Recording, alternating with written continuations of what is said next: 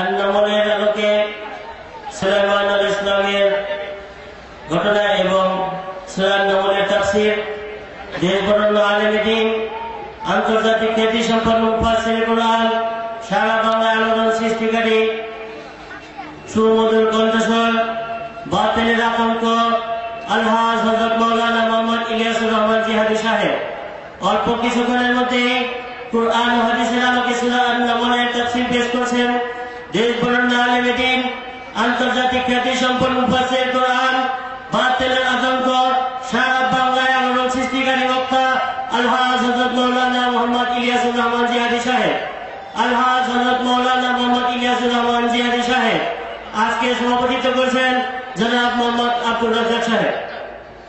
আসসালামু আলাইকুম ওয়া রাহমাতুল্লাহি ওয়া বারাকাতুহু।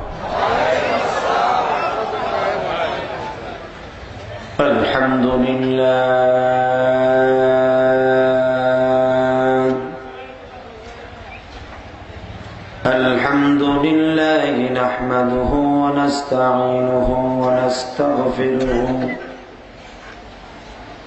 ونؤمن به ونتوكل عليه ونعوذ بالله من شرور أنفسنا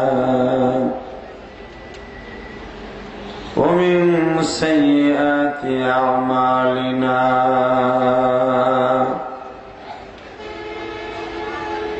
من يهده الله فلا مضل له ومن يضلله فلا هادي له الذي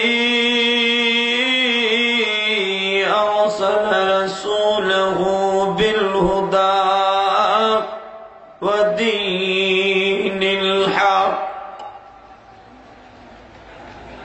ودين الحق ليظهره على الدين كله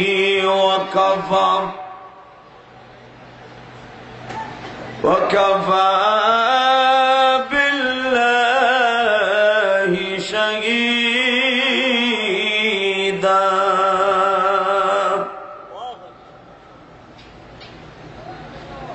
أما بعد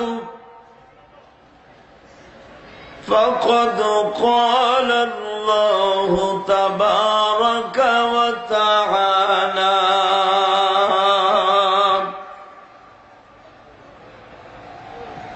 فأعوذ بالله من الشيطان الرجيم. بسم الله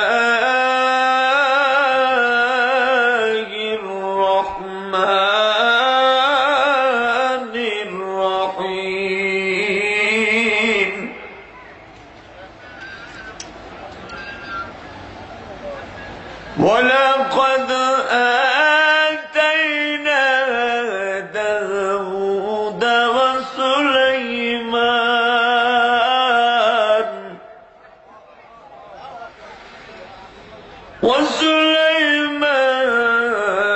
علما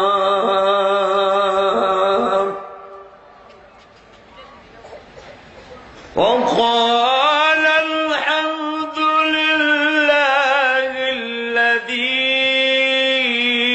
فضلنا على كثير من عباده المؤمنين.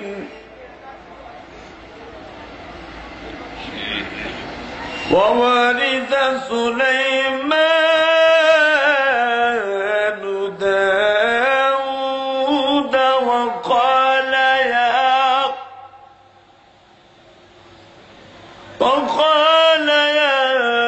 أيها الناس الله أكبر بلد يا أيها الناس الطير منطق الطير وأوتينا من كل شيء إن هذا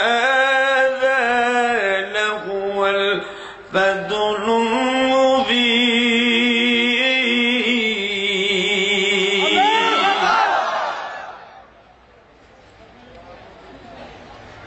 وحشر لسليمان جنوده من الجن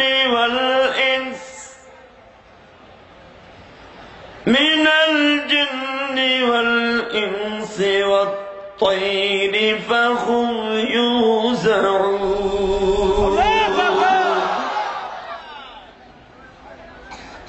وقال الله تبارك وتعالى في شأن حبيب يا أيها النبي إنا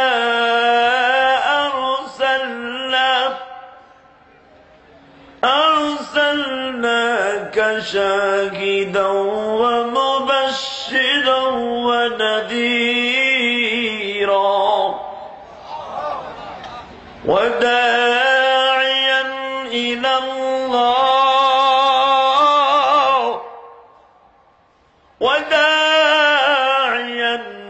الله بإذنه وسراجا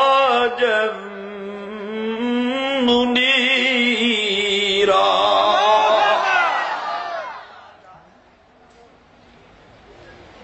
فلا وربك لا يؤمن حتى يحكموك فيما شجر بينهم ثم لا يجد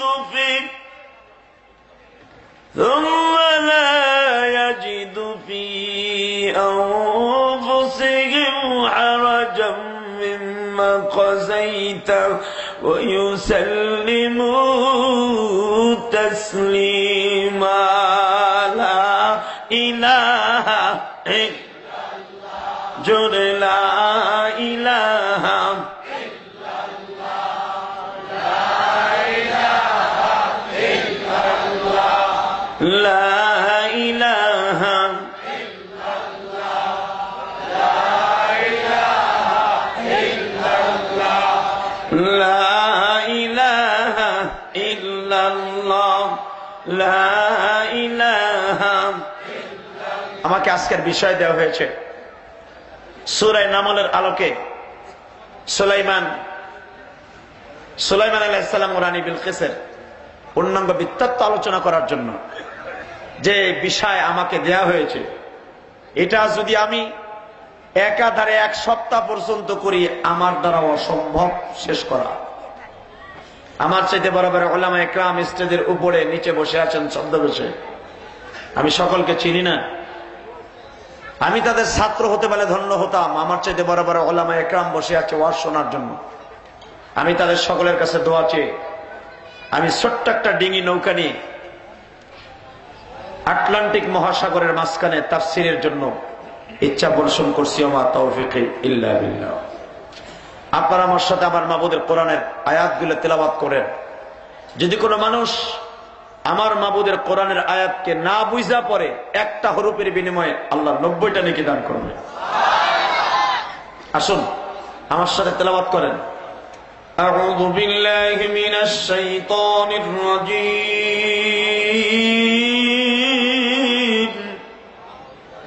বিসমিল্লাহির রহমানির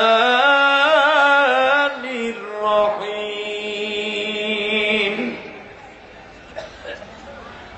ওয়ালাকাদ আতাইনা দাউদ ওয়া সুলাইমানা ইলমা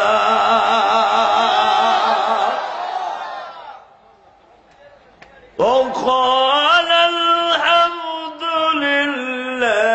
আলহামদুলিল্লাহিল্লাযী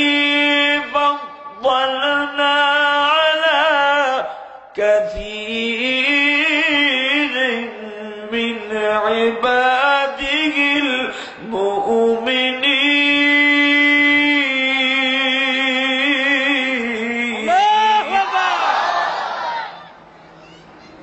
সূরাটি নাযিল হয়েছে মক্কায়।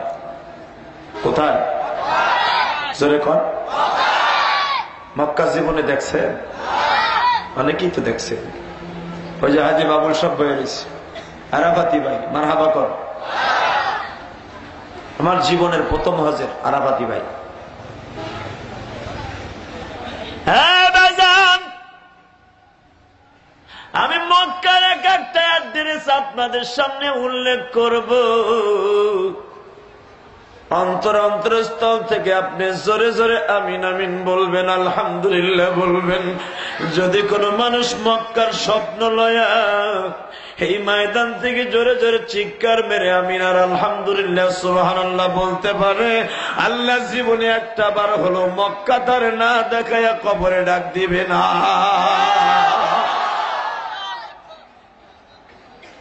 এমন একটা সূরার তাফসীর আমাকে দেওয়া হয়েছে কমিটির পক্ষ থেকে। হে ঢাকার ভাইরা, অনেকেই তো মক্কা মদিনা সফর করেছেন। মক্কা এমন একটা জায়গায় বাজান, যেই জায়গায় গেলে কোনদিন হাজি গুনাহ লয়ে আসে না।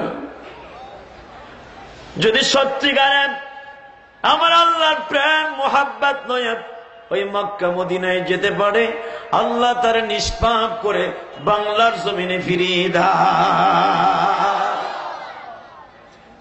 মক্কার এক একটা লোকেশন আমি আপনাদের সামনে উপস্থাপন করব। পৃথিবীতে আল্লাহ পাক সর্বপ্রথম যখন জমিন বানানোর সিদ্ধান্ত নেয়, সর্বপ্রথম জমিনটা হলো মক্কার ভূখণ্ড। সুবহানাল্লাহ, আরো জোরে কর। 7 দিন ওয়াজ শুনে কষ্ট হয়ে গেছে? হ্যাঁ, যত জোরে সুবহানাল্লাহ কইবেন, জান্নাতের ভিতরে আপনার নাম আপনার বাবার নাম সহ আল্লাহ একটা জান্নাতের ভিতরে সুবহানাল্লাহর গাছ লাগাই দিবে।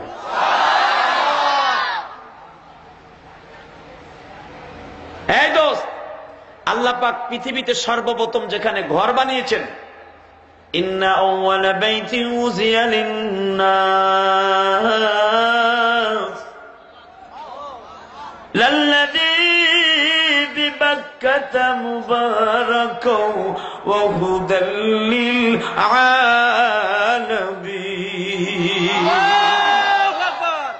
পৃথিবীতে সর্বপ্রথম যেখানে ঘর বানানোর সিদ্ধান্ত নেন, প্রথম ইন্না আউওয়ালা বাইত, সর্বপ্রথম যেখানে ঘর বানানোর সিদ্ধান্ত আল্লাহ নেন সেটা হলো মক্কা। এরপরে আসেন, আল্লাহ পাক 1,26,000 পয়গম্বর সবাই মক্কার ভূখণ্ডে আসছে।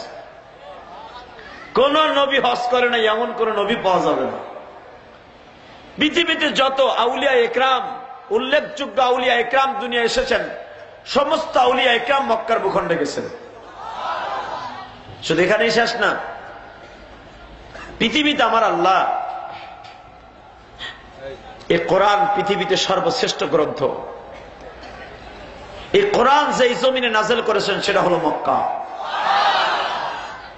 এই কোরআন যার পরে নাযিল করেছেন সে হলো নবী মুহাম্মদুর সাল্লাল্লাহু আলাইহি ওয়াসাল্লাম। এই কোরআন যার পরে নাযিল করেছেন সেই মহামানব, তিনার জন্ম মক্কায়। শুধু এখানেই শেষ না, পৃথিবীতে সবচেয়ে দামি জমিন যেখানে আমার আল্লাহ দুনিয়া বানানোর স্টার্ট দিচ্ছেন, ওইখান থেকেই আল্লাহ কিয়ামতের মাঠ কায়েম করবেন। সে জায়গাটা হলো আরাফার ময়দান, সেটাও মক্কা।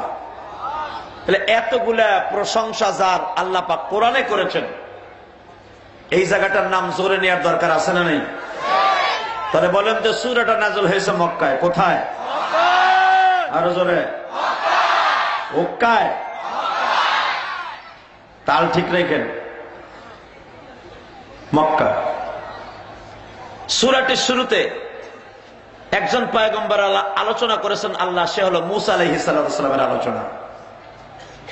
কিন্তু সূরা নামলের আলোকে আমাকে আলোচনা করতে দেওয়া হয়েছে। সূরা নামলের মধ্যে দ্বিতীয় 2 জন পয়গম্বরের কথা আমার আল্লাহ বলেছেন, মূসা নবীর পরেই সে হলো সুলাইমান আর দাউদ।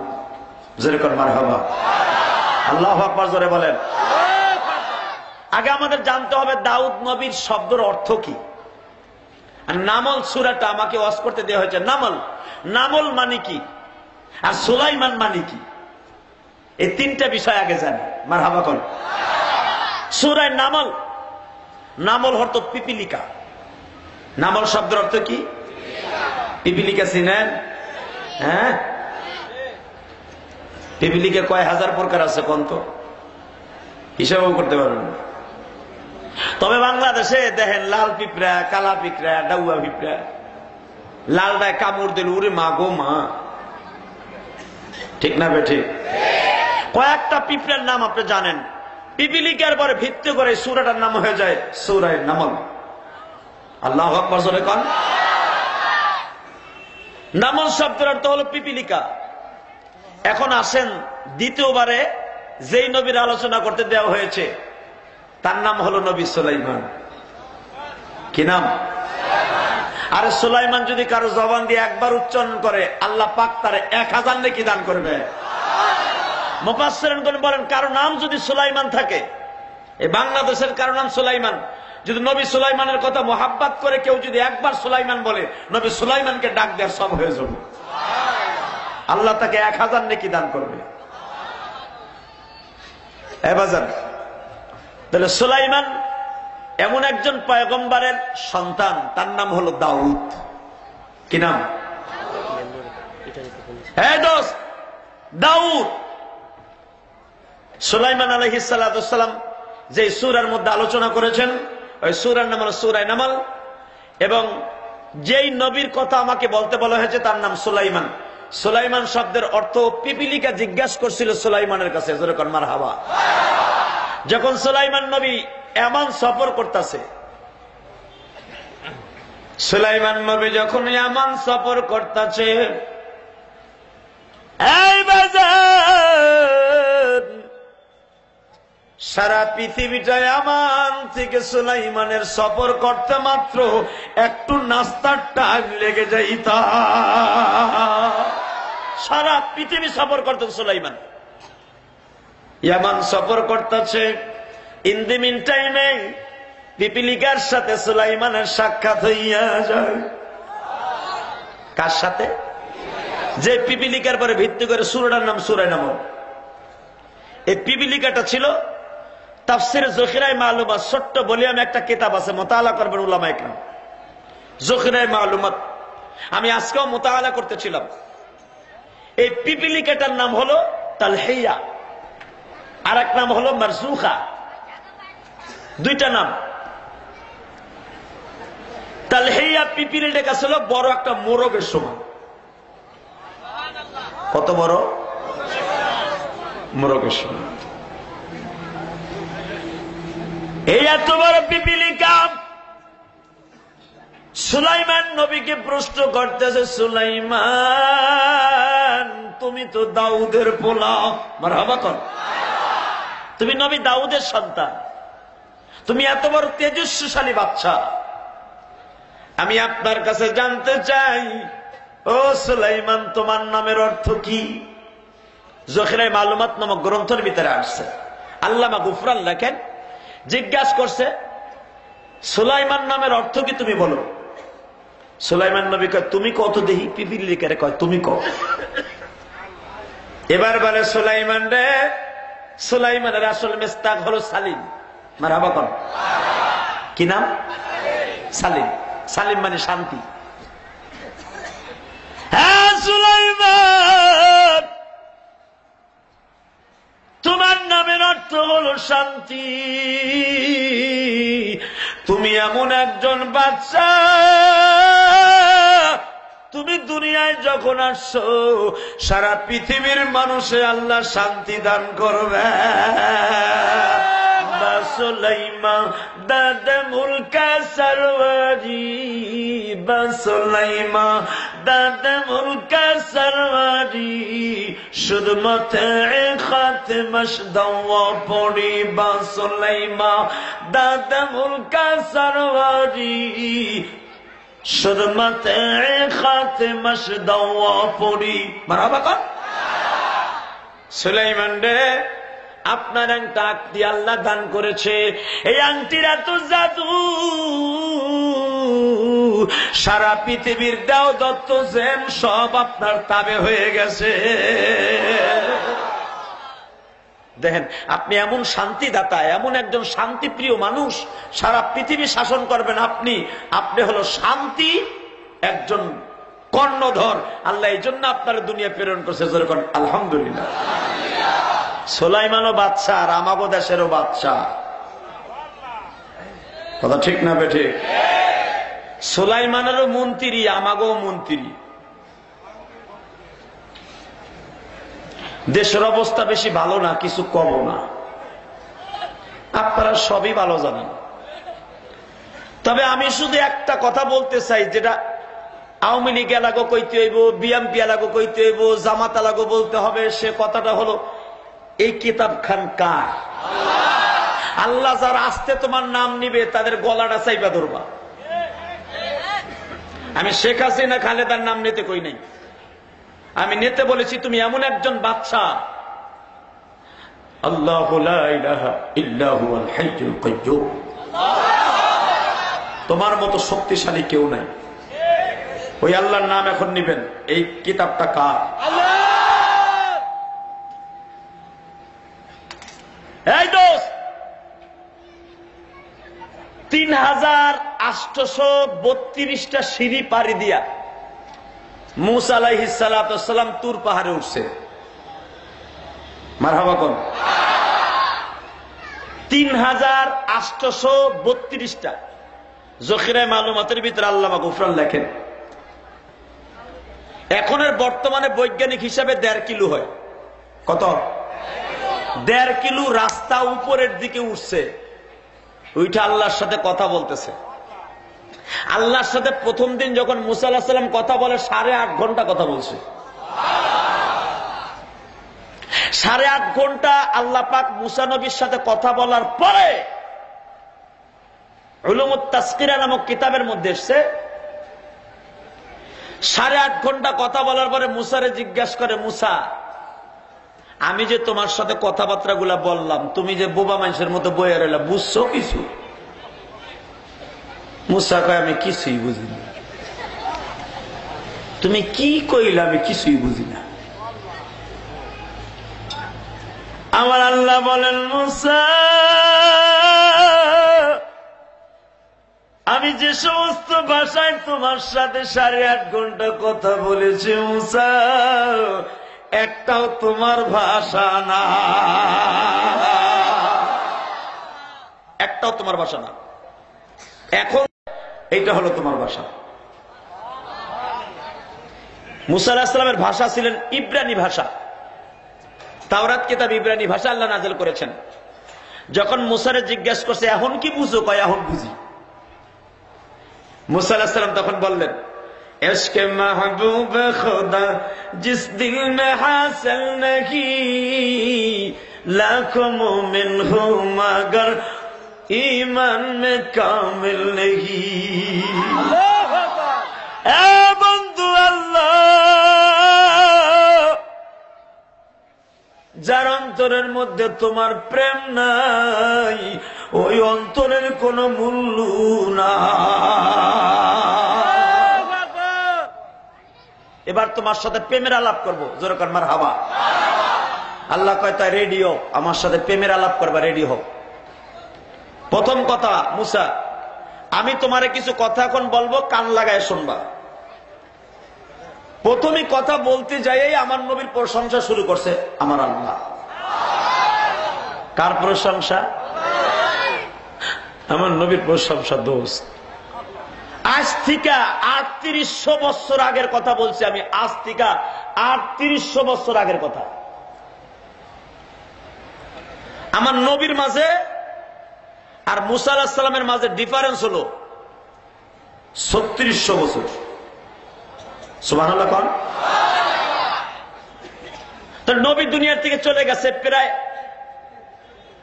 1500 বছরের বেশি হয়ে গেছে। এই দোস্ত, 3800 বছর আগের কথা কোন আমি আপনাদের সামনে বলতেছি। মুসা পয়গম্বরের কাছে আমার আল্লাহ 1,25,000 ভাষায় কথা বলার পরে মুসা কিছু বুঝে নেই। যখন মুসার সাথে তার ভাষায় কথা বলা দিছে, সাথে সাথে মুসা আলাইহিস সালাম বলে, আল্লাহ তুমি আমার সাথে কথা বলতাছো, আগের ভাষা বুঝি নাই, এখন যতটুকু বুঝি খালি নবী মুহাম্মদ মুহাম্মদ মুহাম্মদ। আমি জানতে চাই এই নবীটা কিনা। আমার আল্লাহ বলেন, মুসা রে, যারা ছিলাই তামাম জাহান আমি বানাইছি। বাইরে বসতে দেন, বাদানে দিকে আস। আমার আল্লাহ নিজে বলতেছেন, আমার সাথে বলেন, যারা ছিলাই তামাম জাহান আমি বানাইছি, যার উপরে পড়লে দুরূদ আমি খুশি হই। আল্লাহ যার অন্তরে ব্যথা দিলে আমি ব্যথিত হই। বাঙালি, এই ঢাকার মানুষ ভালো করে বুঝেন, আজ থেকে 3800 বছর আগে আমার আল্লাহ বললেন, হে মুসা, যারে কষ্ট দিলে আমি কষ্ট পাই। পৃথিবীতে আমি কোন নবী, পৃথিবীতে কোন মানুষ বানাই নাই যে তার নাম শুনলে দুরূদ পড়া ওয়াজিব হয়ে যায়। হে মুসা, তোমার কওমের মানুষ তোমার নাম শুনলে দুরূদ পড়তে হবে না, আমি ওয়াজিব করি নাই, মুস্তাহাব করছি। কিন্তু আমার ওই নবীর নাম কেউ যদি নেয়, কেউ যদি শোনে, তারপরে দুরূদ পড়া ওয়াজিব হয়ে যায়। মুসা আলাইহিস সালাম তখন বলেন, আল্লাহ যদি নাম শুনলে দুরূদ পড়া ওয়াজিব হয়, তাহলে আমি তোমার কাছে একটা আশা করি, কি আমার নবুয়তের দপ্তর থেকে নাম কাইটা দিয়া আমার তার উম্মত বানাই দেব। আমার আল্লাহ বলেন, মুসা যখন তুই প্রমোশন না চাই, ডিভিশন চাইছো, নিচে আসতে চাইছো, যদি কোন মানুষ তার নিজেকে ছোট মনে করে, আমি আল্লাহ তার যোগ্যতা বাড়িয়ে দেই। হ্যাঁ দোস্ত, মুসা নবুয়তির দপ্তর থেকে নিজে নাম কাটতে বলে, বলে উম্মতি বানিয়ে দাও। আমার আল্লাহ বলে, মুসা রে, আমার বন্ধুর উম্মত হওয়ার জন্য যখন তুই আফসোস করেছ, আমি আজকে তোরে খুশি করব না, শত শত বছর পরে তোরে আমি খুশি করতে রাজি আছি। বাজান, আমার নবী দুনিয়ায় আসলেন, মক্কার ভূখণ্ড থেকে আল্লাহর বাড়িতে বেড়াইতে গেলেন। দুনিয়ার যত নবী আল্লাহ পাঠাইছে 1,24,000 পয়গম্বর মতান্তরে, সবার সাথে আমার নবী মিরাজের রাত্রে একবার দেখা করছে, আর মুসা নবীর সাথে দেখা করছে 9 বার। কারণটা কি? আদম নবী যে হলো আদি পিতা, তার সাথে করলো একবার, যে হলো জাতির পিতা ইব্রাহিম, তার সাথে একবার, মুসা নবীর সাথে 9 বার। কারণটা কি? তাও সপ্তম আসমানে হলো ইব্রাহিম, ইব্রাহিমের ওভারটেক করে ইব্রাহিমের নিচের তালা অর্থাৎ ষষ্ঠ আসমানে এসে মুসা নবীর সাথে আল্লাহ 9 বার দেখা করেছে। কারণটা কি? কারণ একটাই, ওই যে আমার নবীর উম্মত হওয়ার জন্য আফসোস করেছিল, আর কিছু না। নবুয়তির দপ্তর থেকে নামটা কাটাইয়া সে বলছে আমার উম্মতে মুহাম্মাদি বানাই দাও, একমাত্র এই জন্য আমার আল্লাহ ওয়াদা করেছিলেন, আমি যে তোরে কত দামি বানাইছি একদিনকে বুঝবি, যেদিন আমার বন্ধুরে আসমানে নিয়ে আসবো। তাহলে এখন আমি আপনাদের কাছে একটা ভোট চাইব,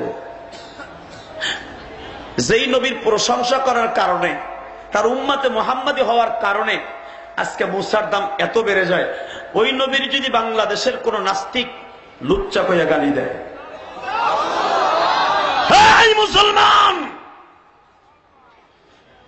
দল তোমার কাছে বড় নাই, ইসলাম তোমার কাছে বড়। দীপ্ত কণ্ঠে আমি একটা আওয়াজ শুনতে চাই, আজ আছি কাল নাই, এই লাইফের কোনো মূল্য নাই। এই বাংলার ভূখণ্ডে স্বাধীন দেশে 3 জনের লাস্টের নাম ছিল রহমান, ক্ষমতায় থাকাকালীন মারা গিয়েছে। প্রথম মারা গিয়েছে তার ক্ষমতায় থাকাকালীন আমার গোপালগঞ্জের কৃতি সন্তান, আমার টুঙ্গিপাড়ার কৃতি সন্তান শেখ মুজিবুর রহমান। ক্ষমতায় থাকাকালীন মারা গেছে। বাংলাদেশে আর একজন প্রেসিডেন্ট ক্ষমতায় থাকাকালীন মারা গেছে, তার নাম জিয়াউর রহমান। দ্বিতীয় নম্বরে নেক্সটে এই সরকারের আমলে আর একজন রহমান মারা গেছে, তার নাম জিল্লুর রহমান। হে দোস্ত, আমার দিকে তাকান। হযরতে তিনজন প্রেসিডেন্ট মারা গেছে বাংলার জমিন থেকে। আজকে তারা কবরে ঘুমিয়ে আছে, কবরের মধ্যে এতিম হয়ে পড়ে আছে। আমি শুধু আপনাদের সামনে বলতে চাই, যেই নবী আজকে ওয়াজ করতে বলা হয়েছে, ওই নবীটাও কিন্তু পয়গম্বর ছিলেন, সাথে সাথে একজন প্রেসিডেন্ট ছিলেন। কেউ কিন্তু দুনিয়ার থেকে চলে গেছে, কথা ঠিক না বেঠিক? আমি শুধু দীপ্ত কণ্ঠে শুনতে চাই, আজকে বাংলাদেশের মুসলমান, যেই দেশের মুসলমানকে আল্লাহ কত ভালোবাসে, ছোট্ট দেশ, আল্লাহ এই দেশের মুসলমানকে অনেক ভালোবাসে। এই দেশের মুসলমানের কোন নাস্তিক যদি আমার নবীকে লুচ্চা কইয়া গালি দেয়, বাংলাদেশের মুসলমান নবীর জন্য কি কোনো কথা বলতে পারে না? জোরে বলেন, পারে কি পারে না? দীপ্ত কণ্ঠে নাস্তিক গুলাকে জানাই দিতে চাই, বাংলাদেশের সেই নাস্তিক গুলা নবীকে গালি দিয়েছে, ওই নাস্তিক গুলাকে যদি কোনোদিন হাতের নাগারে পাই, নাস্তিক গুলার কুত্তার মতো বিটাইয়া বাংলা সারা করতে কে কে রাজি আছো? আল্লাহকে দুই হাত তুলে দেখাও। আমি কি কইলাম, আমি কিছুই বুঝি না। আমার আল্লাহ বলেন, মুসা, আমি যে সমস্ত ভাষায় তোমার সাথে 8.5 ঘন্টা কথা বলেছি মুসা, একটাও তোমার ভাষা না, একটাও তোমার ভাষা না। এখন যে তোমার সাথে কথা বলবো স্পেশাল গেস্ট হিসাবে, এইটা হলো তোমার ভাষা। মুসা আলাইহিস সালামের ভাষা ছিলেন ইব্রানি ভাষা। তাওরাত কিতাব ইব্রানি ভাষা আল্লাহ নাযিল করেছেন। যখন মুসারে জিজ্ঞেস করছে এখন কি বুঝো, কয় এখন বুঝি। মুসা আলাইহিস সালাম তখন বললেন, ইশকে মাহবুব খুদা জিস দিল মে হাসিল নহি, লাখো মুমিন হো মগর ঈমান মে কামিল নহি। এ বন্ধু, আল্লাহ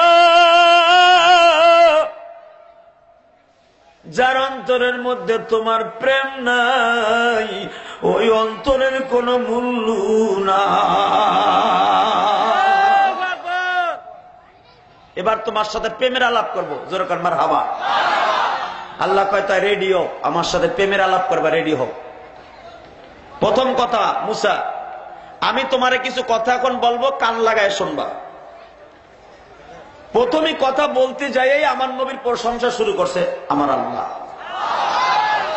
কার প্রশংসা?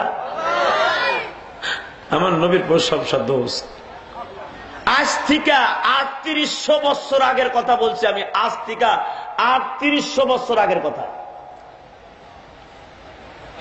আমার নবীর মাঝে আর মুসা আলাইহিস সালামের মাঝে ডিফারেন্স হলো 3600 বছর। সুবহানাল্লাহ কোন? তার নবী দুনিয়ার থেকে চলে গেছে প্রায় 1500 বছরের বেশি হয়ে গেছে। এই দোস্ত, 3800 বছর আগের কথা কোন আমি আপনাদের সামনে বলতেছি। মুসা পয়গম্বরের কাছে আমার আল্লাহ 1,25,000 ভাষায় কথা বলার পরে মুসা কিছু বুঝে নেই। যখন মুসার সাথে তার ভাষায় কথা বলা দিছে, সাথে সাথে মুসা আলাইহিস সালাম বলে, আল্লাহ তুমি আমার সাথে কথা বলতেছো, আগের ভাষা বুঝি নাই, এখন যতটুকু বুঝি খালি নবী মুহাম্মদ মুহাম্মদ মুহাম্মদ। আমি জানতে চাই এই নবীটা কেনা। আমার আল্লাহ বলেন, মুসা রে, যারা সিলাই তামাম জাহান আমি বানাইছি। বাইরে বসতে দেন, বাজানে ঠিক আছে। আমার আল্লাহ নিজে বলতেছেন, আমার সাথে বলেন, যারা সিলাই তামাম জাহান আমি বানাইছি, যার উপরে পড়লে দুরূদ আমি খুশি হই। আল্লাহু আকবার। যার অন্তরে ব্যথা দিলে আমি ব্যথিত হই। বাঙালি, হে ঢাকার মানুষ, ভালো করে বুঝেন, আজ থেকে 3800 বছর আগে আমার আল্লাহ বললেন, হে মুসা, যারে কষ্ট দিলে আমি কষ্ট পাই। পৃথিবীতে আমি কোন নবী, পৃথিবীতে কোন মানুষ বানাই নাই যে তার নাম শুনলে দুরূদ পড়া ওয়াজিব হয়ে যায়। হে মুসা, তোমার কওমের মানুষ তোমার নাম শুনলে দুরূদ পড়তে হবে না, আমি ওয়াজিব করি নাই, মুস্তাহাব করছি। কিন্তু আমার ওই নবীর নাম কেউ যদি নেয়, কেউ যদি শোনে, তারপরে দুরূদ পড়া ওয়াজিব হয়ে যায়। হে বাজান, মুসা আলাইহিস সালাম তখন বলেন, আল্লাহ, যদি নাম শুনলে দুরূদ পড়া ওয়াজিব হয়, তাহলে আমি তোমার কাছে একটা আশা করি, কি? আমার নবুয়তের দপ্তর থেকে নাম কাইটে দিয়া আমারে তার উম্মত বানাই দাও। আমার আল্লাহ বলেন, মুসা, যখন তুই প্রমোশন না চাই, ডিভিশন চাইছ, নিচে আসতে চাইছ, যদি কোনো মানুষ তার নিজেকে ছোট মনে করে, আমি আল্লাহ তার যোগ্যতা বাড়িয়ে দেই।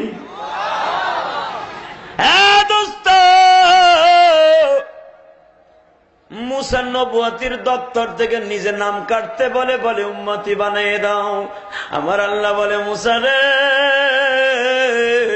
আমার বন্ধুর উম্মত হওয়ার জন্য যখন তুই আফসোস করেছ, আমি আজকে তোরে খুশি করব না, শত শত বছর পরে তোরে আমি খুশি করতে রাজি আছি। বাজান, আমার নবী দুনিয়ায় আসলেন, মক্কার ভূখণ্ড থেকে আল্লাহর বাড়িতে বেড়াইতে গেলেন। দুনিয়ার যত নবী আল্লাহ পাঠাইছে 1,24,000 পয়গম্বর মতান্তরে, সবার সাথে আমার নবী মিরাজের রাত্রে একবার দেখা করছে, আর মুসা নবীর সাথে দেখা করছে 9 বার। কারণটা কি? আদম নবী যে হলো আদি পিতা, তার সাথে করলো একবার, যে হলো জাতির পিতা ইব্রাহিম, তার সাথে একবার, মুসা নবীর সাথে 9 বার। কারণটা কি? তাও সপ্তম আসমানে হলো ইব্রাহিম, ইব্রাহিমেরও আবার ঠিক করে ইব্রাহিমের নিচের তালা অর্থাৎ ষষ্ঠ আসমানে এসে মুসা নবীর সাথে আল্লাহ 9 বার দেখা করেছে। কারণটা কি? কারণ একটাই, ওই যে আমার নবীর উম্মত হওয়ার জন্য আফসোস করেছিল, আর কিছু না।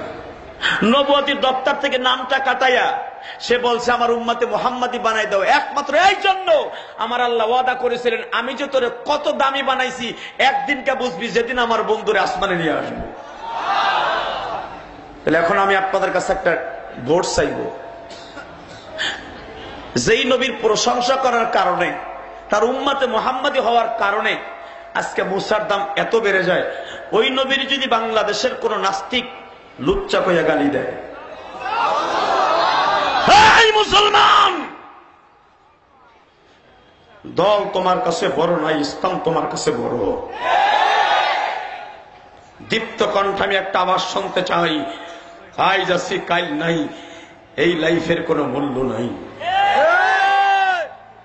এই বাংলার ভূখণ্ডে স্বাধীন দেশে 3 জনের লাস্টের নাম ছিল রহমান, ক্ষমতায় থাকাকালীন মারা গিয়েছে।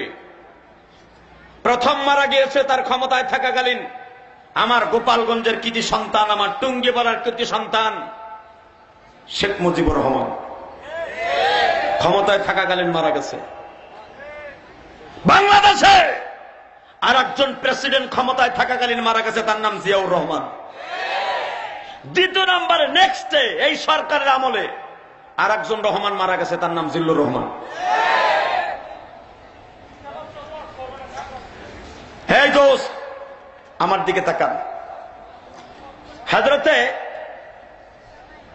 3 জন প্রেসিডেন্ট মারা গেছে বাংলা জমিন থেকে, আজকে তারা কবরে ঘুমিয়ে আছে, কবরের মধ্যে এতিম হয়ে পড়ে আছে। আমি শুধু আপনাদের সামনে বলতে চাই, যেই নবী আজকে ওয়াজ করতে বলা হয়েছে, ওই নবীটাও কিন্তু পয়গম্বর ছিলেন, সাথে সাথে একজন প্রেসিডেন্ট ছিলেন, কেউ কিন্তু দুনিয়ার থেকে চলে গেছে। কথা ঠিক না বেঠিক? আমি শুধু দীপ্ত কণ্ঠে শুনতে চাই, আজকে বাংলাদেশের মুসলমান, যেই দেশের মুসলমানকে আল্লাহ কত ভালোবাসে, ছোট্ট দেশ, আল্লাহ এই দেশের মুসলমানকে অনেক ভালোবাসে, এই দেশের মুসলমানের কোন নাস্তিক যদি আমার নবীকে লুচ্চা কইয়া গালি দেয়, বাংলাদেশের মুসলমান নবীর জন্য কি কোনো কথা বলতে পারে না? জোরে বলেন, পারে কি পারে না? দীপ্ত কণ্ঠে নাস্তিক গুলাকে জানাই দিতে চাই, বাংলাদেশের সেই নাস্তিক গুলা নবীকে গালি দিয়েছে, ওই নাস্তিক গুলাকে যদি কোনোদিন হাতের নাগারে পাই, নাস্তিক গুলার কুত্তার মতো বিদায়া বাংলা ছাড়া করতে কে কে রাজি আছো? আল্লাহকে দু হাত তুলে দেখাও।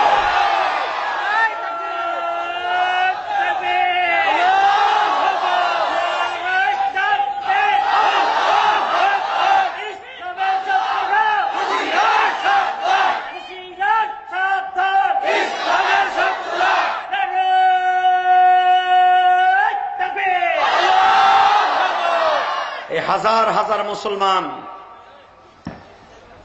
এই যে স্লোগানটা দিলেন, এটা কি কোন দলের, কোন আলাদা কোন মানুষের? একমাত্র আপনার আমার স্লোগান, এটা মুসলমানের স্লোগান। এই কথাগুলো যদি উলামা ইকরাম না বলে, একজন আলেমকে আল্লাহ ছাড়বে না। কথা ঠিক না ঠিক? মাহফিলের বাম পাশ থেকে একটা, ডাইন পাশ থেকে একটা আউট সাউন্ড এসেছে,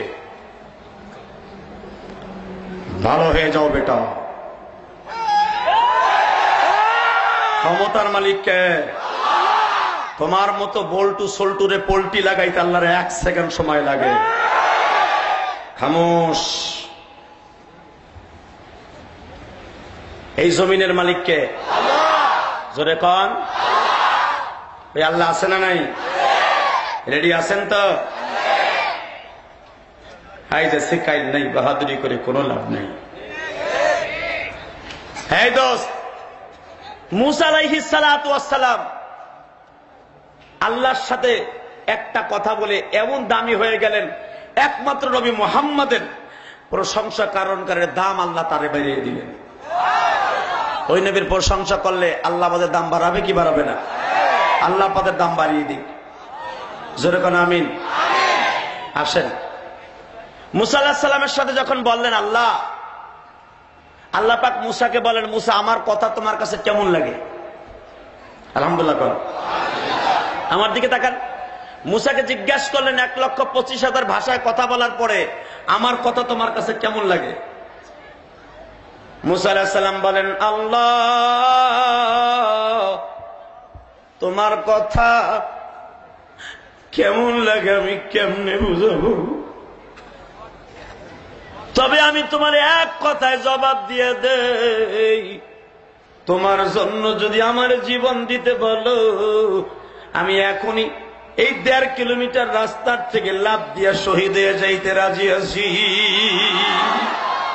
আল্লাহর পয়গম্বর মুসা এই শব্দটা দেওয়ার সাথে সাথে আমার আল্লাহ তার প্রমোশন আরো 3 গুণ বাড়িয়ে দিলেন। বাজান আস্তে আস্তে নবীর প্রশংসা করতে করতে আসলেন সুলাইমান আলাইহিস সালাম। কে? জোরে কোন? সুলাইমান আলাইহিস সালামের বাবার নাম হলো দাউদ নবী। দাউদ শব্দের অর্থ পিপিলিকা জিজ্ঞাসা করতেছে, ও সুলাইমান তোমার নাম হলো সারা দুনিয়ার শান্তি প্রিয় বাদশা, তোমার নামের অর্থ, তোমার বাবার নামের অর্থ দাউদ শব্দের অর্থ কি জানোনি? দাউদ শব্দের অর্থ দাওয়া, অর্থাৎ বিমারের এলাজ দেয়া, অর্থাৎ ঔষধ দেয়া। তোমার বাবা সারা পৃথিবীর মানুষের ইমানের ঔষধ দিতে পারতেন। আলহামদুলিল্লাহ কন।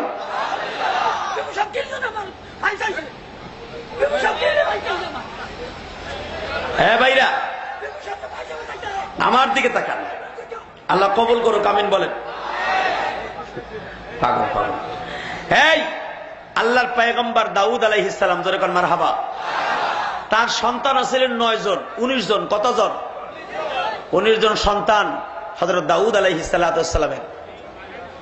লোকটা 165 বছর বাঁচার পরে আল্লাহ পাক তাকে বললেন, দাউদ রে, দুনিয়া ছাড়ার সময় হয়ে গেছে। আলহামদুলিল্লাহ। দাউদ আলাইহিস সালাম এমন একজন কণ্ঠের অধিকারী ছিলেন, দাউদ আলাইহিস সালাম যদি পাহাড়ের পাশে বসে, পাহাড়ের তলদেশে বসে একবার জাবুর কিতাব তেলাওয়াত করতেন, হাজার হাজার পাখি, হাজার হাজার কীট পতঙ্গ তার সাথে কণ্ঠ মিলাইতেন। ওই দাউদ আলাইহিস সালাম যদি নদীর পারে দাঁড়ায়া আল্লাহর কিতাব জাবুর কিতাব তেলাওয়াত করতেন, পানির মাছ কণ্ঠ মিলাইতেন দাউদ নবীর সাথে। আজকে সেই দাউদ নবীকে বলা হলো, দাউদ রে, তোমার দুনিয়া ছাড়ার সময় হয়ে গেছে। আলহামদুলিল্লাহ। দাউদ আলাইহিস সালাম বললেন, আল্লাহ, এই বিশাল রাজত্বের মালিক তুমি আমাকে দান করেছো, লোহাগুলো আমার হাতের মধ্যে চাপ দিলে মোমের মতো গলে যায়। পৃথিবীর সর কর্মচার আগুনে পোড়াইয়া তারপরে লোহাগুলা পানি করে, আর আমার হাতের মধ্যে এমন আগুন দিছো, লোহার চাকাগুলা হাত দিয়া চাপ দিলে সাথে সাথে মোমের মতো গলে যায়। আল্লাহ, তাহলে এত বড় ক্ষমতা তুমি আমারে দান করেছো, এই এত বড় বিশাল দায়িত্ব আমি কারে দিয়ে দেব? আল্লাহ পাক বললেন, দাউদ রে, আমি তোমার কাছে 3টা জিনিস পাঠাইতেছি। কয়টা? জোরে কন, আরো জোরে। 3টা। হ্যাঁ দাউদ, তোমার হাতের মধ্যে যেই কারামতি, যেই মুজিজা আমি দিয়েছি, তোমার পোলাদের হাতের মধ্যে সেটা দিব না। বর্তমান তোমার এগেনস্টে ওয়ারিসা সুলাইমান, তোমার স্থলাভিষিক্ত যে হবে, যে হোক না কেন, যারে ওই চেয়ারের আমি মালিক বানাবো, ওই চেয়ারের মধ্যে তার নিজের যোগ্যতায় কোনো কিছু করতে পারবে না। আমি আল্লাহ তারে আসমান থেকে সাহায্য করে কয়েকটা জিনিস দান করব, ওই জিনিসের সাহায্যে ওই লোকটা তামাম পৃথিবী সফর করবা। দাউদ আলাইহিস সালাম বলে, আল্লাহ কি দিবা? একটা বাক্স পাঠায় দিলেন। কি বাক্সের মধ্যে 3টা জিনিস আল্লাহ ঢুকিয়ে দিলেন। একটা হলো চিঠি, একটা আংটি, একটা তরবারি। মারহাবা কোন? কি কি বলেন? ওয়াজ মুখস্থ করে যান। একটা চিঠি, একটা আংটি, ওই যে বাসলাইমা দাদে মুলকে সরওয়ারি শুধু মতে ওই খাতেমাল দওয়াপুরি। একটা আংটি, একটা তরবারি, একটা জোরে কর চিঠি। এমন একটা চিঠি ধরেন, একটা বাক্সর ভিতরে প্যাকেট করে দাউদ নবীর কাছে পাঠাইলেন। দাউদ, তুমি চিন্তায় বোবো, এত বড় রাজত্বের মালিক কাকে দিবা? আমি আল্লাহ ব্যবস্থা করে দিতেছি, তোমার ওই চেয়ারে কে বসবে পরবর্তীতে। হ্যাঁ দোস্ত, তাফসীর মুজহারের ভিতরে আল্লাহর ওলি তার কিতাবের মধ্যে লেখেন, যখন বাক্সটা দাউদ নবীর কাছে আসলো, বাক্সটার তালা যখন খুললেন, বিসমিল্লাহ বলে বাক্সুর তালা খুলিয়া যখন 3টা বস্তু হাতে নিলেন, আলহামদুলিল্লাহ কর, তরবারিটা রাখলেন আন্দার মহলে, আংটিটা দাউদ নবী পকেটে রাখলেন, চিঠিটাকে বাক্সের মধ্যে থেকে বের করে পড়ে পড়ে দেখলেন আল্লাহ পাক যেই প্রশ্নগুলো করেছে, প্রশ্নের অপর পৃষ্ঠে উত্তরগুলো লিখে দিয়েছে। দাউদ, তুমি একটা জিনিস মনে রাখবা, তুমি যেন অ্যান্সার বুঝে বুঝে আবার প্রশ্নের অ্যান্সার ঠিক আছে কিনা বুঝতে পারো, এই জন্য আমি অ্যান্সার গুলাও আমি আল্লাহ লিখে দিলাম। কিন্তু দাউদ রে, তোমার ওই সন্তানই তোমার চেয়ারে বসে প্রেসিডেন্ট হতে পারবে, যার কাছে আমি দ্বিতীয় ডুপ্লিকেট একটা পাঠাই নাই, প্রশ্ন আমি ফাঁস করে দেই নাই। ও দাউদ, যেরকম তোমার কাছে আমি একটা কপি পাঠাইলাম, আমি দ্বিতীয় নাম্বারে তার অন্তরের ভিতরে একটা কপি পাঠিয়ে দিলাম। দাউদ নবী কয়, আমি দেখে প্রশ্নের উত্তর দিব, আর হে না দেখে দিব? আমার পোলার মধ্যে এত বুদ্ধি কার? কষ্ট হইতেছে? রেডি আছেন তো? আল্লাহ কবুল করুন। যেই সুলাইমান এখন আমার নবীর প্রশংসা করার কারণে তার রাজত্ব স্থায়িত্ব হয়ে যাবে। সুলাইমানের বয়স তখন 50 বছর। আলহামদুলিল্লাহ কর। আর সুলাইমান হলো সমস্ত ভাইদের মধ্যে ছোট, 19টা ভাইয়ের মধ্যে সবচেয়ে ছোট সুলাইমান। আর সুলাইমানের মা হলো দাউদ নবীর আলাদা একজন বিবি। দাউদ নবীর বিবি হচ্ছিলেন, আপনারা জানেন, 1000 বিবি ছিল, 1000। অবিশ্বাস করলে ইমান থাকবো না। সুলাইমান নবীর বিবিও ছিল 1000। তিরমিজি শরীফের হাদিস, সুলাইমান আলাইহিস সালাম কষ্ট পাইছিলেন 40 দিন, তার রাজত্ব আল্লাহ কেড়ে নিয়েছিল। এ কথাটা পরে শুনতে পারবেন, মারহাবা কর। সারা পৃথিবী শাসন করছে সুলাইমান, কিন্তু 40 দিনের জন্য পারে নাই। 40 দিন সুলাইমানের হাত থেকে আল্লাহ রাজত্ব কেড়ে নিয়েছিলেন, একটু অহংকার করার কারণে। এটা পরবর্তীতে শুনবেন, মারহাবা কর। স্পষ্ট সূরা আম্বিয়ার ভিতরে আল্লাহ বর্ণনা করেন 40 দিনের জন্য সুলাইমানকে আল্লাহ ক্ষমতাচ্যুত করেছিলেন, ক্ষমতা কেড়ে নিয়েছিলেন, দেখাই দিয়েছিলেন, এই সুলাইমান, সারা পৃথিবীর ক্ষমতা পাইয়া তুই আমি আল্লাহরে ভুলে যাইতে চাইছিলি, এই জন্য আমি তোর কাছ থেকে 40 দিনের জন্য ক্ষমতাটা কেড়ে নিলাম, দেখাই দিলাম আমি আল্লাহকে ওভারটেক করে, আমার কোরআনকে ওভারটেক করে, আমার কিতাবকে ওভারটেক করে যারাই চলবে আমি তাদের ক্ষমতাচ্যুত করে একটা লাথি দিয়ে ক্ষমতাচ্যুত করে দিব। নবী সুলাইমানকে সারে নাই যে ছিল তামাম পৃথিবীর বাচ্চা। শুনতে পারবেন একটু পরে, কষ্ট হবে না তো? তবে আজকে খুব তাড়াতাড়ি শেষ করে দিব, কারণ দেশের যে পরিস্থিতি, অনেক দূর দূরান্ত থেকে আপনারা এসছেন আমি জানি, গাজীপুর বোর্ড বাজার থেকে এখানে ওয়াজ শুনতেইছেন আমি জানি। অতএব চিঠির বৃত্তান্ত, দাউদ আলাইহিস সালাম মনে মনে ভাবে যে আমার কাছে চিঠি দিছে, আমি দেখে উত্তরটা পড়বো, আর সে না দেখে কেমনে পারবে? কে হবে আমার ছেলেদের মধ্যে এত বড় যোগ্যতাশালী? বাজান রে, 19 জন সন্তানকে ফজরের নামাজের পরে ডাকলেন, মারহাবা কর। আমি যখন এক একজনের নাম বলবো আপনি আলহামদুলিল্লাহ কইবেন। সুলাইমান নবীর ভাইদের নামগুলো আমি কিছু কিছু লোকদের যাদের নাম আমি সংগ্রহ করতে পারছি তাদের নামগুলো বলি। বড় ভাইয়ের নাম হলো মোসের, আলহামদুলিল্লাহ কন।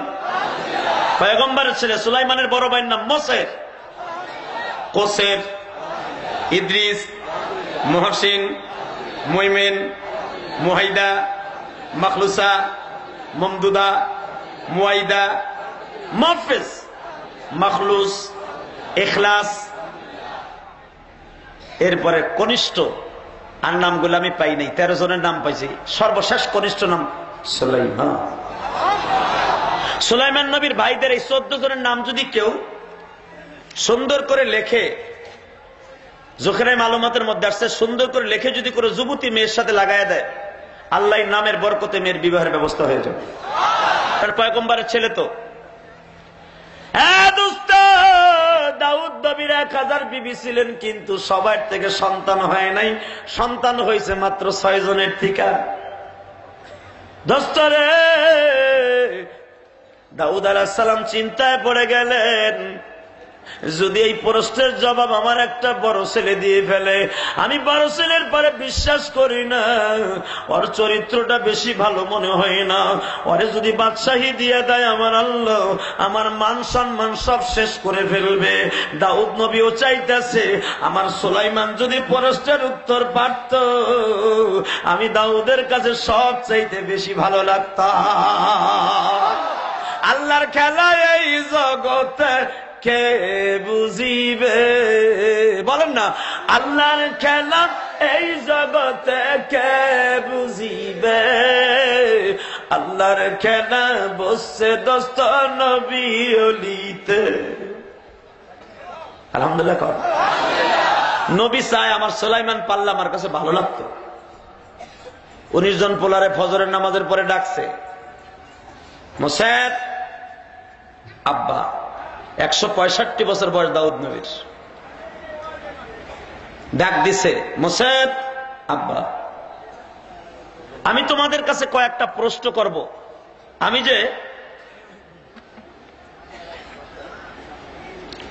যে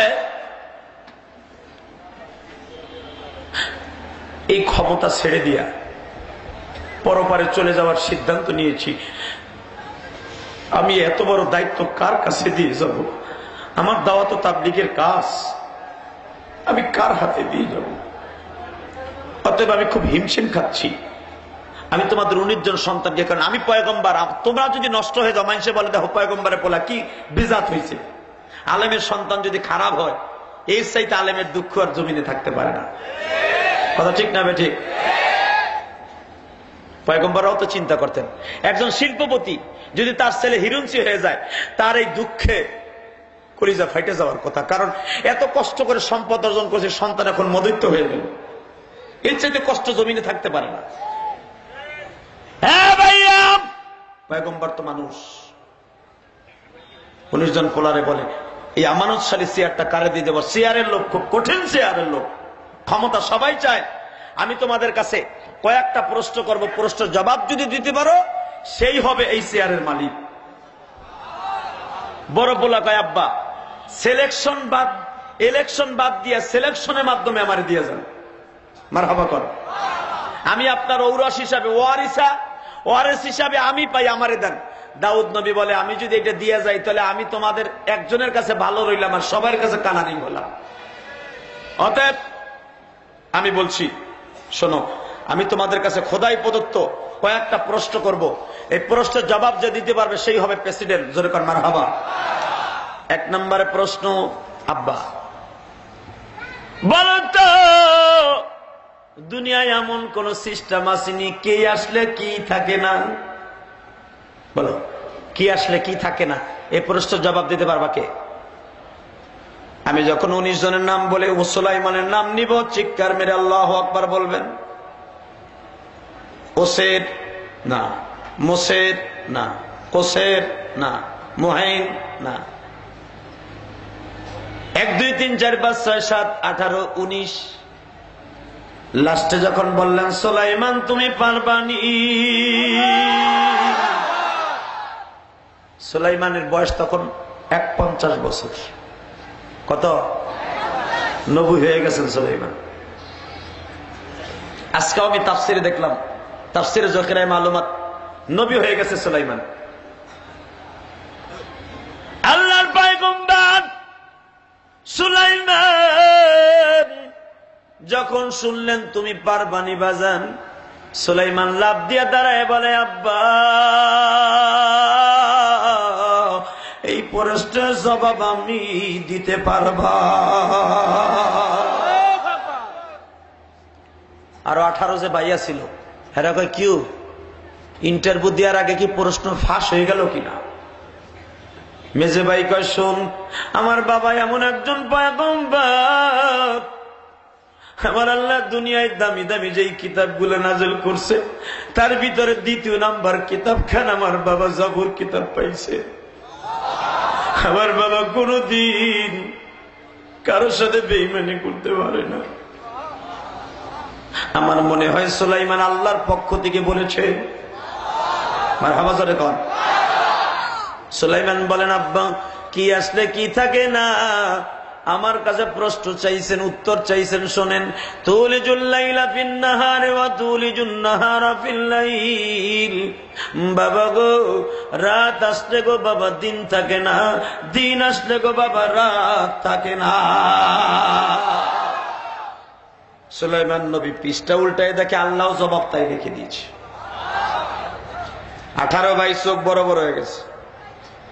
ছোট মানুষ বলে দিল, কারণটা কি? বড়জন কয় আব্বার কোন প্রশ্ন করবেন না? কয় হ আরো 2টা আছে। বলেন আব্বার কোন প্রশ্ন আছে কিনা? 2 নাম্বার প্রশ্ন, বলো তো বাবা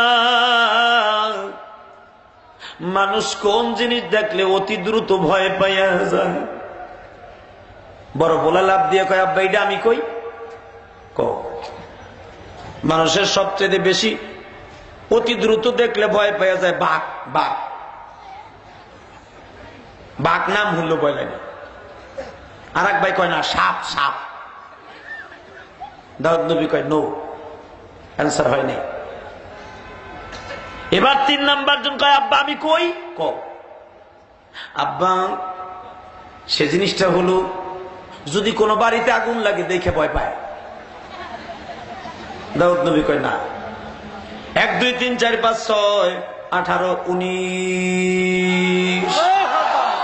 19 বললে সুলাইমান কইবেন সব হইব 19। তুমি পারোনি বাজান। সুলাইমান নবী কয় আব্বা এ প্রশ্নের জবাব আমি জানি। বলো তো বাজান কি?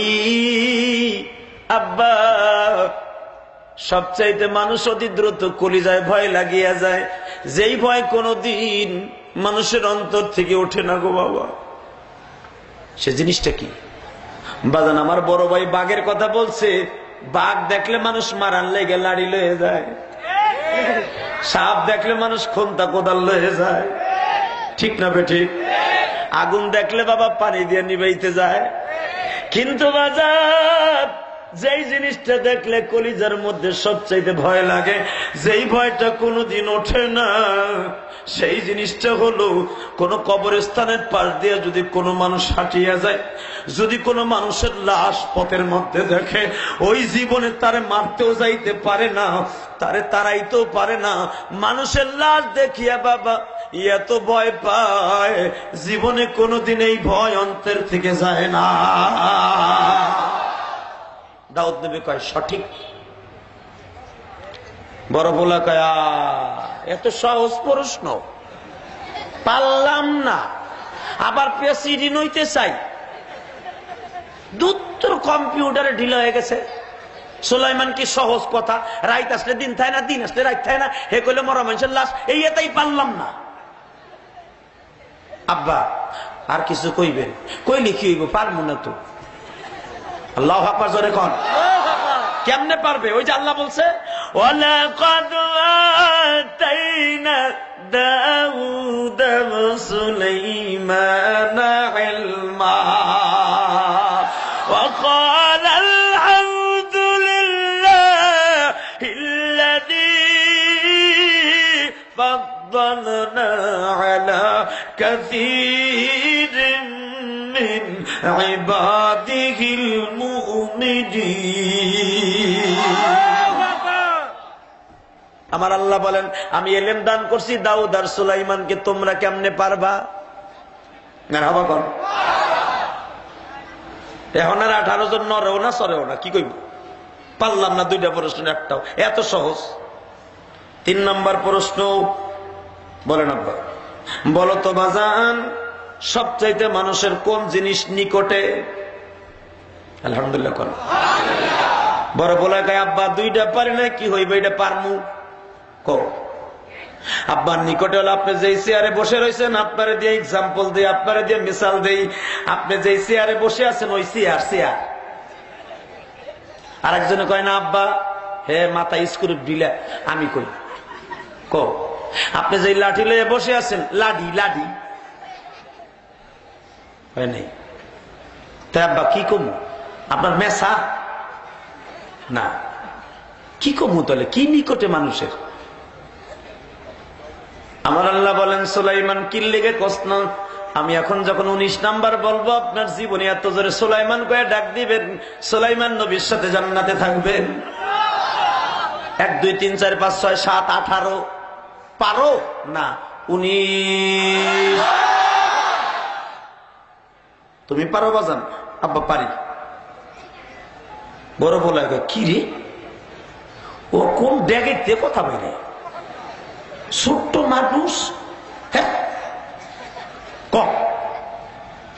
সুলাইমান গায়ে কোন জিনিস দেখলে সবচাইতে, কোন জিনিস মানুষের নিকটে? আপনি প্রশ্ন করছেন, অ্যান্সারটা হবে প্রত্যেকটা মানুষের মৃত্যু। কত আশা করে মানুষ জমিনে,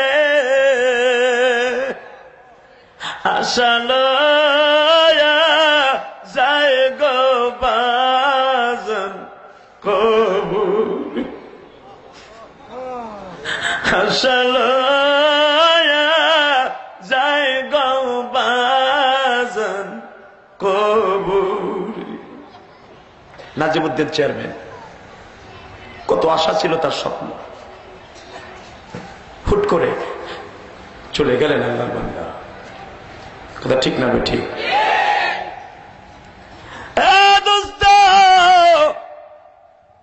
পৃথিবীতে সব চাইতে মানুষের নিকটে আপনজন হলো মৃত্যু। মৃত্যুর মতো নিকটে পৃথিবীর কোন জিনিস নাই রে। বিবি পাশে বসে থাকে, বিবি জানে না কখন মৃত্যু তারে সবল মেরে লয়ে গেছে। সন্তান পাশে বসে থাকে, জানে না কখন সবল মেরে লয়ে গেছে। বাপ মা সন্তান মাথার কাছে বসা, কেউ জানে না। এমন নিকটে মৃত্যু, কখন কারে কে মৃত্যু লয়ে যায় কেউ জানে না। ঠিক না বেঠি? সুলাইমান নবী একটা লাভ দিয়ে যখন বললেন আব্বা প্রত্যেকটা মানুষের নিকটে হলো যার যার মৃত্যু, দাউদ নবী একটু দাঁড়ায় বলে বাজান রে আমার বুকের মধ্যে আমি তোরে প্রাণ ভরে দোয়া কইরা দেই রে, দোয়া কইরা দেই। আমার আল্লাহ বলেন ও দাউদ প্রশ্ন দিলাম তোমার কাছে, উত্তর সুলাইমান কেমনে দিল জিজ্ঞেস করো। যখন দাউদ নবী জিজ্ঞেস করলেন সুলাইমান রে কেমনে প্রশ্নের আনসার দিলি রে বাজান, সুলাইমান বলে আব্বা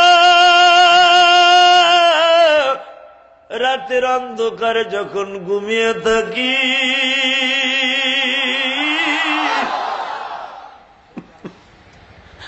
আমার আল্লাহ আমারে ডেকে ডেকে বলে সুলাইমান রে আর ঘুমায়ও না, তোমার বাবার স্থানে তোমার রাজত্ব করতে হবে, তোমার ওই চেয়ারে বসে সারা পৃথিবী শাসন করতে হবে। তোমার বাবা ছিল 8টা রাষ্ট্রের প্রেসিডেন্ট, তোমার হতে হবে তামাম কুল্লু সমস্ত পৃথিবীর প্রেসিডেন্ট। সুলাইমান ঘুমায়া থাকলে কাজ হবে না। আমার আল্লাহ সুলাইমানকে রাতের অন্ধকারে প্রশ্নের আনসার শিখাই দিয়েছে দোস্ত। যখন 3টা প্রশ্নের আনসার সঠিকভাবে সুলাইমান দিয়ে দিল, হঠাৎ করে সমস্ত 19 ভাই এবং 300 মন্ত্রী ক্যাবিনেট সবাই উত্তর দিল আল্লাহর পয়গম্বর দাউদ আপনার ওই চেয়ারের মালিক করে দেন আপনি সুলাইমানকে। কষ্ট হইতেছে? জোরে কন, আরো জোরে। আরে বেড়ারে কি গান লাগাইছে রে, নজবিল্লাহ কর। এটাও একটা শয়তানের ঢোকা। মসজিদের ভিতরে পোলাপান বল্টু কানের মধ্যে ঢুকাইয়া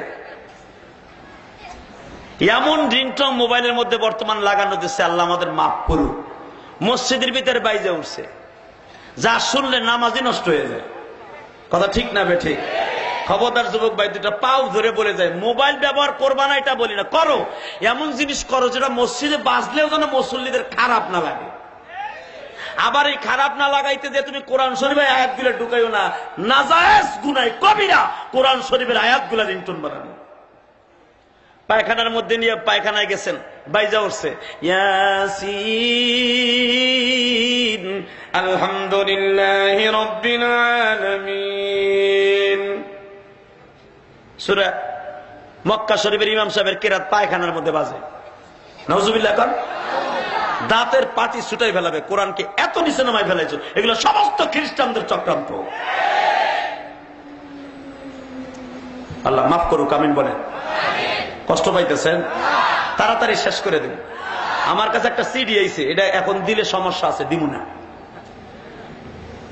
আপনাদের বিভিন্ন এক একটা পজিশনে ওয়াজ শুনতেছেন, যা লিখে দিয়েছে আমার কাছে যদি এখন বলি আপনাদের অন্তরের ভিতরে অন্যরকম একটা আমেজ ব্যবহার করবে, এই জন্য এখন বলবো না, পরে বলবো।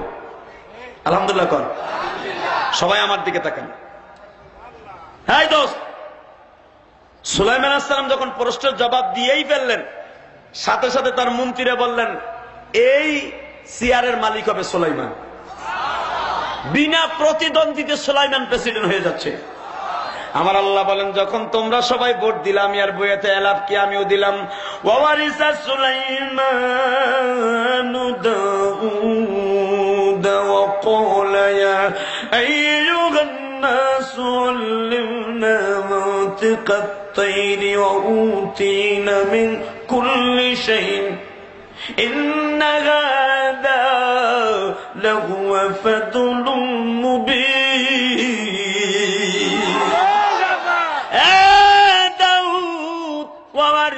সুলাইমান ওয়া দাউদ, আমি দাউদের চেয়ারে সুলাইমানকে ওয়ারিস বানিয়ে দিলাম। সুলাইমান আলাইহিস সালাম বাজান 10ই মুহররম রোজ রবিবার চেয়ারে বসলেন। মারহাবা কর। কয় তারিখ? কি বার? তাফসিরে মুজহির। রবিবার দিন 10ই মুহররম সুলাইমান চেয়ারে বসলেন, প্রেসিডেন্টের দায়িত্ব নিলেন। হঠাৎ করে আমার আল্লাহ বললেন, সুলাইমান রে, তুমি কোন জায়গার প্রেসিডেন্ট জানোনি? আমার বাবা যেই দেশগুলা চালাইছে ওই দেশের প্রেসিডেন্ট। আল্লাহ কয় না, সুলাইমান রে, আমি আল্লাহ তোমার সারা পৃথিবীর প্রেসিডেন্ট বানাইলাম। সুলাইমান কয়, আমি কেমনে রাজত্ব করব? আমার বাবা একটা দেশের প্রেসিডেন্ট হইয়া দেশ চালাইতে হিমশিম খাইছে, আমি সারা পৃথিবীর আনাচে কানাচে কেমনে মানুষের সুখ দুঃখ গুলো বুঝবো? আমার আল্লাহ বলে, সুলাইমান রে, তুমি বৈশা থাকবা বাবার চেয়ারে, আমি তোমার এমন খবর দিব রে সুলাইমান, তোমার কোন দেশে যাইয়া বিচার করা লাগবে না, আমি আল্লাহ তোমার সামনে বিচারের কার্যকর করে দিবা। আল্লাহ কেমনে করবা? মারহাবা কর। সুলাইমান, তোমার এই আংটির মধ্যে সারা পৃথিবী দেখতে পাইবা। বলে আরো জোরে কর। কিসের মধ্যে? জোরে কন। আংটি। দেখবেন কিছু কিছু লোক আছে, সুলাইমান নবী আংটি পরছে দেখে, হ্যাঁ, 5 আঙ্গুলে 15টা আংটি লাগায়। ঠিক না বে ঠিক? আরে সুলাইমানের আংটি আল্লাহ কি জন্য দিছে? বা সুলাইমা দাদ মুলকা সরওয়ারি, বা সুলাইমা দাদ মুলকা সরওয়ারি, শুধুমাত্র খাতে মাসদাওয়া পরি। আমার সুলাইমানের জন্য আমি আংটি দিছিলাম, সারা পৃথিবীর জেন বুদ্ধা ও দত্ত পুরী সব সুলাইমানের আংটির ইশারায় চলতা। আমি সুলাইমানকে একটা আংটি দিয়েছিলাম, আংটি দিয়ে সারা পৃথিবী রাজত্ব করত। সুলাইমানকে একটা তরবারি দিয়েছিলাম, এই তরবারি হাত দিয়ে চালান লাগতো না। যদি কোন দেশে আল্লাহর বিরুদ্ধে কথা বলতো, তরবারি যাইয়েই তারে 2 টুকরা করে ফেলতো। আল্লাহু আকবার জোরে কন। এখন ওরকম একটা তরবারি আমাকে বাংলাদেশের সংসদ ভবনে লাগবে। ঠিক না বে ঠিক? এই দোস্ত, বাংলার জমিনে এমন একটা তরবারির দরকার আছে, যারা নবীর বিরুদ্ধে কথা বলে, কোরআনের বিরুদ্ধে কথা বলে, এমন একটা তরবারি বাংলাদেশে দাও, যেই তরবারি নাস্তিক গুলারে কেটে কেটে টুকরা টুকরা করতে হবে। তার কথা ঠিক না ঠিক? কারণ বাংলাদেশে যেই মানুষটা জীবনে পেটটা ভরে উম্মতের জন্য খায় নাই, ওই মানুষটার লুচ্চা করে গালি দেয়।